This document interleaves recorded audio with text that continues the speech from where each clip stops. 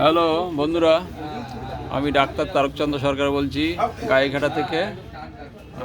এই পেশেন্টটা অনেক দিন ধরেই ওষুধ খাচ্ছে, ডায়রিয়া নিয়ে এসেছিলেন, ডিসেন্ট্রি। অনেকবার ধরেই পায়খানা হচ্ছিল। এখন কতটা ভালো আছে সেটা পেশেন্ট বলবে, খারাপ আছে কি ভালো আছে। আর একটা অ্যাসিডিটি ছিল, আর রাইট সাইডে সাইডিকা পেন ছিল। ডায়রিয়া 10 থেকে 12 বার হতো ডেলি। আর অ্যাসিডিটি ছিল, মিষ্টি খেলে বাড়তো, বিস্কিট খেলে বাড়তো। আর রাইট সাইডে একটা সাইডিকা ছিল, আফটারনুন বাড়তো বিকালবেলা। আর স্কিন ডিসইংগুয়াল রিজনে উইকনেস, আর সিস্ট ছিল একটা ব্যাক সাইডে। এই হচ্ছে সমস্যা। আর ওর অ্যাম্বিথার্মাল ছিল, যেটা শীতও বেশি গরম বেশি দুটোই। আর জল পিপাসা নর্মাল ছিল, ঘাম হচ্ছে মোটামুটি ভালোই ছিল। মুখে মাথায় এগুলো হতো, অফেন্সিভ ছিল। আর টাংটা ময়েস ফ্ল্যাট ইন্ডেন্টেড ছিল, ইন্ডেন্টেড। আর খাওয়া দাওয়ার মধ্যে মিষ্টি কম, ফুড খেতে ভালোবাসতো, দুধ খেতে অতটা পছন্দ, দুধ খেলেই ডিস্টার্ব হতো, ডিসঅ্যাগ্রি ছিল। মিল্ক এটা লাইকোপোডিয়াম আছে, মাক্সলে আছে। আর ডিমের মধ্যে কিছু পাওয়া যায়নি। মাইন্ডের মধ্যে ইরিটেবিলিটি ছিল, কনসুলেশন অ্যাগ্রাভেশন ছিল, হারিনেস, অ্যাভারিস, ডিক্টেটোরিয়াল। আর ফ্যামিলিতে সিবিএ আর অস্টিওআর্থ্রাইটিস ছিল। এই পেশেন্টটার প্রথমে দেওয়া হয়েছিল 21/7 মাক্সল দেওয়া হয়েছিল 8G, এটা মার্কুরিয়াস।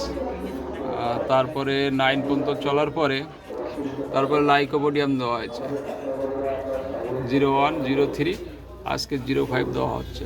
কারণ তারে প্রথমে দেওয়া হয়েছিল মাক্সল। কেন?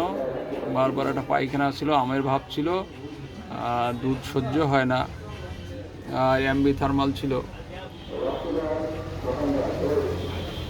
শীত গরম দুটোই বেশি, জল পিপাসা বেশি ছিল, আর ঘাম বেশি ছিল, হারিনেস ছিল, আর ইরিটেবিলিটি ছিল, কনসুলেশন অ্যাগ্রাভেশন ছিল, দুধ খেলে সহ্য হয় না, আর মিষ্টি খেতে ভালোবাসতো, অমফুড খেতে ভালোবাসতো, ঘামে দুর্গন্ধ ছিল। এইসব থেকে মাক্সল দেওয়া হয়েছিল।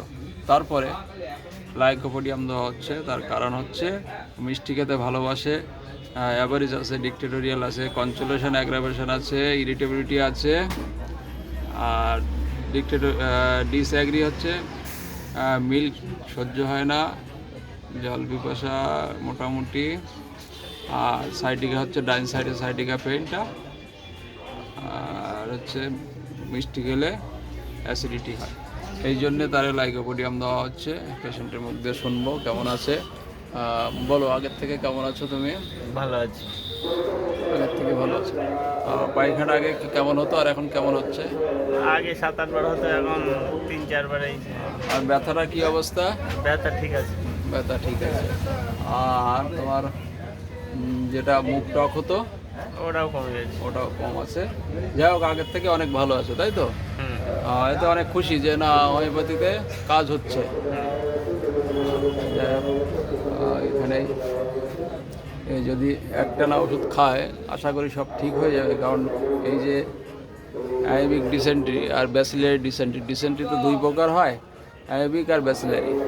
অ্যামিবিক ডিসেন্ট্রি দীর্ঘদিন চলতে থাকে, চলতে চলতে অন্ত্র একটা কুড়ে কুড়ে খেয়ে সেখানে একটা ডিস্টার্ব দেখা দেয়, তারপর সেখান থেকে ব্লিডিং হতে থাকে, সেটাই সমস্যা হয়।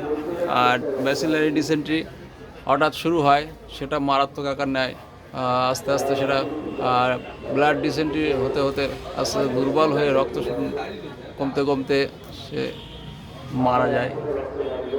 এইসব রোগে অত তাড়াতাড়ি ডিস্টার্ব হয় না, কিন্তু এটা তো কমাতে হবে। কারণ অন্তরে দীর্ঘদিন ধরে থাকলে এই জামটা এরা অন্তর কুড়ে কুড়ে খাবে, সেখানে ডিস্টার্ব দেখা দেবে, অন্তর ফুটো করে ফেলবে।